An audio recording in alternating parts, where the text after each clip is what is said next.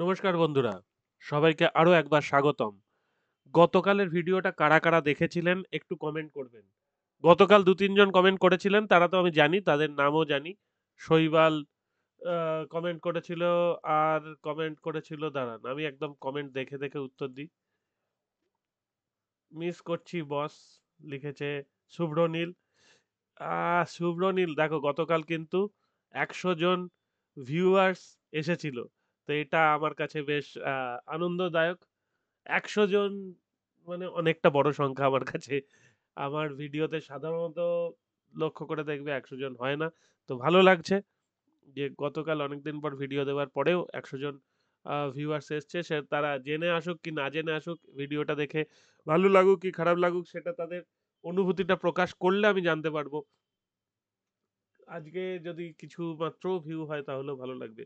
যাক, এইবার যেটা প্রসঙ্গে কথাটা শুরু করলাম, থ্যাংক ইউ কাল যারা কমেন্ট করেছিলে, যারা কমেন্ট করোনি আজকে কমেন্ট করবে। কিন্তু যেটা বলেছিলাম কাল ভিডিওতে, যে আমার মনে হয় ইংল্যান্ড কাল জিতবে, বলেছিলাম তো, সেটাই হয়েছে।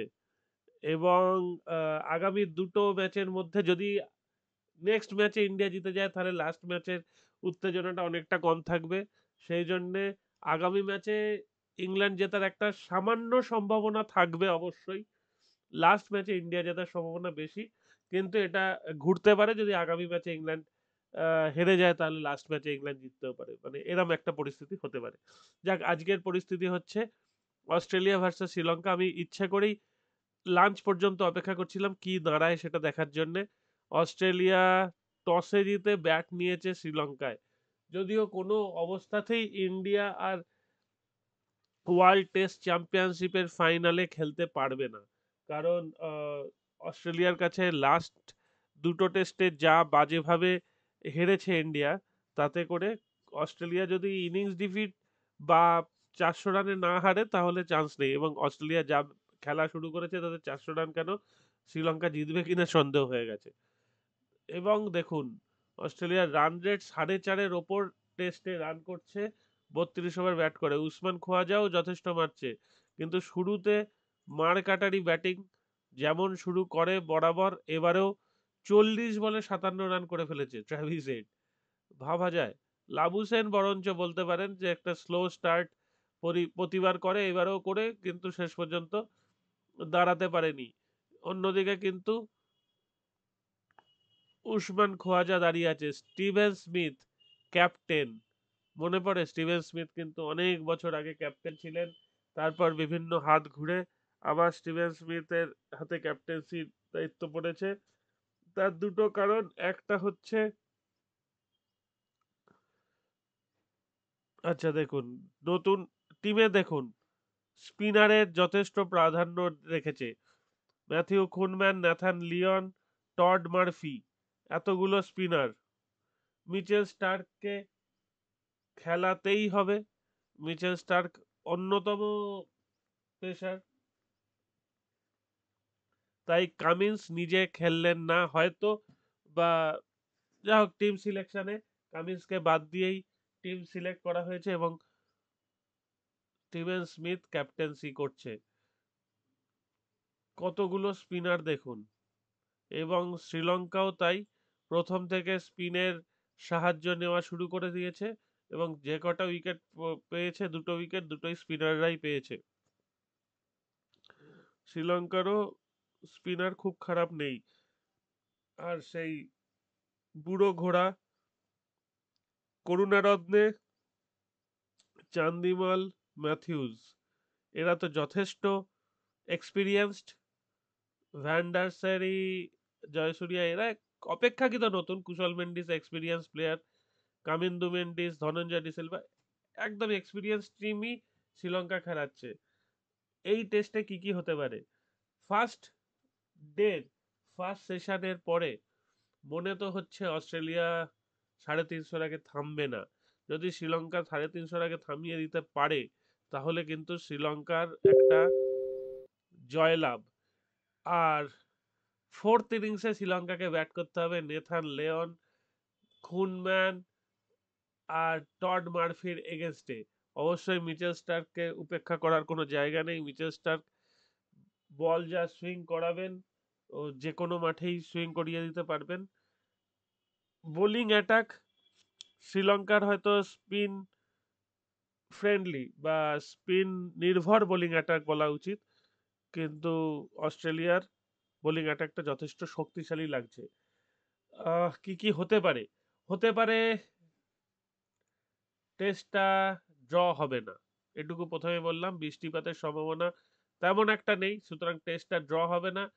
অস্ট্রেলিয়া জেতার চান্স এই মুহূর্তে দাঁড়িয়ে বলা যায় যে 50-50। এই মুহূর্তে হয়ে গেছে সেকেন্ড সেশনে শ্রীলঙ্কা একটা দুর্দান্ত কামব্যাক করলেও ওপর নির্ভর করে। আর অস্ট্রেলিয়াকে যদি মধ্যে এবারে আড়াই তো দুর্দান্ত ব্যাপার, তাহলে শ্রীলঙ্কা দারুণভাবে কামব্যাক বলতে হবে। আর যদি 350-র মধ্যে বাঁধে তাহলে শ্রীলঙ্কার কামব্যাক বলাটাই ভালো, কারণ 30 ওভারে বা 32 ওভারে 145 বা 150 রান করে ফেলেছে। সেখান থেকে আর 200-র মধ্যে যদি আটকে দেওয়া যায়, মাত্র 2 উইকেট খুইয়ে, তাহলে 200-র মধ্যে আটকে দেওয়া গেলে কিন্তু ব্যাপারটা বেশ জমে যাবে। আর অ্যালেক্স ক্যারি দারুণ স্পিন খেলে। এরপরে জস ইংলিশ ভালো স্পিন খেলতে পারে। ওয়েবস্টারও এখন ভালো ছন্দেই আছেন। লোকাল যে খেলাগুলো খেলেছেন তাতে ওয়েবস্টারের যথেষ্ট ছন্দের মানে প্রকাশ করেছেন। আর স্টিভেন স্মিথ নিয়ে কোনো কথা বলার দরকার নেই, খোয়াজা ভালো ফর্মে আছে। তো এই দুটো ব্যাটসম্যান যতক্ষণ আছে ততক্ষণ চাপ পড়ছে না অস্ট্রেলিয়ার ওপর।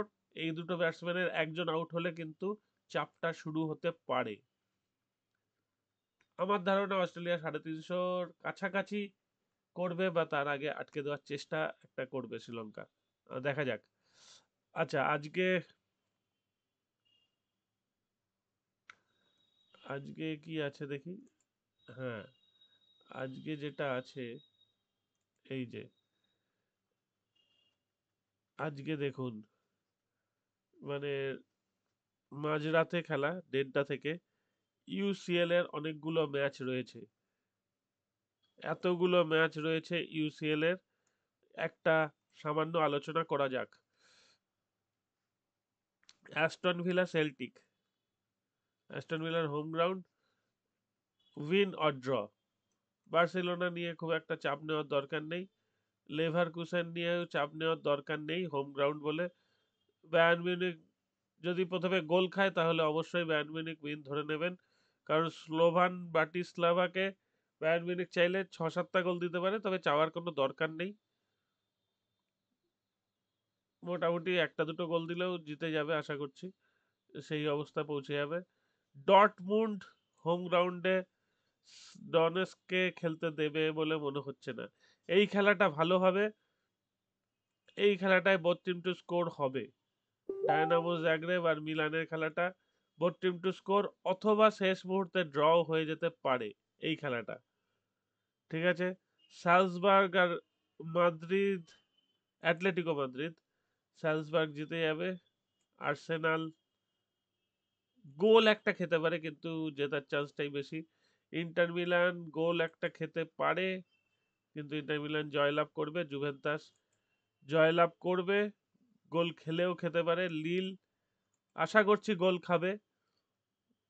এই খেলাটায় যে কেউ জয়লাভ করতে পারে, কিন্তু ফেনুর্ডও জয়লাভ করে দিতে পারে।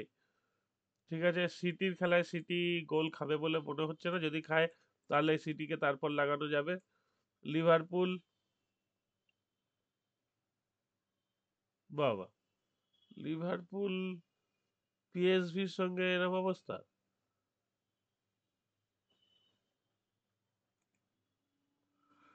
স্পোর্টিং ক্লাব দে পর্তুগাল জিতবে। রিয়াল মাদ্রিদ জিতবে, এ নিয়ে সংশয় কম আমার, জিতবেই। লিপজিগ জিতবে, একটা গোল খেলেও খেতে পারে। পিএসজির এত রেট, ইয়ং বয়েজ জিতবে বলে আমার মনে হচ্ছে। ইয়ং বয়েজ গোল, এই খেলাটায় বোথ টিম টু স্কোর তো হবেই।